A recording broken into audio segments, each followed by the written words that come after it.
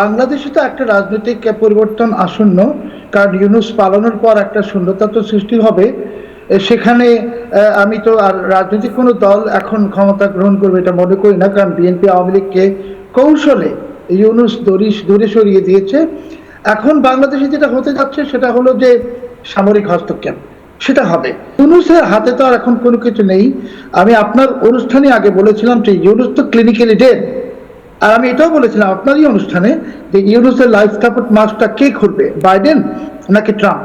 এখন আসলে এটা প্রহর গণনা।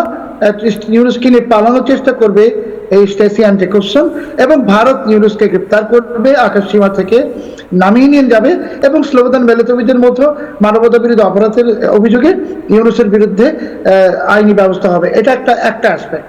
আরেকটা অ্যাসপেক্ট হলো যে বাংলাদেশের জঙ্গিদের যে উত্থান হয়েছে, আল কায়দা, ইসলামিক স্টেট, জঙ্গি জিহাদি, জবাই বাহিনী, এদেরকে উস্কে দিয়ে স্টেসি হয়তো বাংলাদেশে একটা ম্যাসিভ ড্রাস্টিক জঙ্গিবাদ বিরোধী অভিযান শুরু করবে। তাতে দেখা গেল জসিমুদ্দিন রহমানিকে মেরে ফেলা হবে, কারাগারের ভিতর জেল কিলিং হবে, অনেক জঙ্গিদেরকে মেরে দিবে, দিয়ে একটা খুবই অস্থিতিশীল পরিস্থিতি সৃষ্টি করবে, যেখানে মার্কিন যুক্তরাষ্ট্র বনাম ইসলামী জঙ্গি এই যুদ্ধটা লাগিয়ে দেওয়ার চেষ্টা করবে 9 দিনে। এটাও করতে পারে।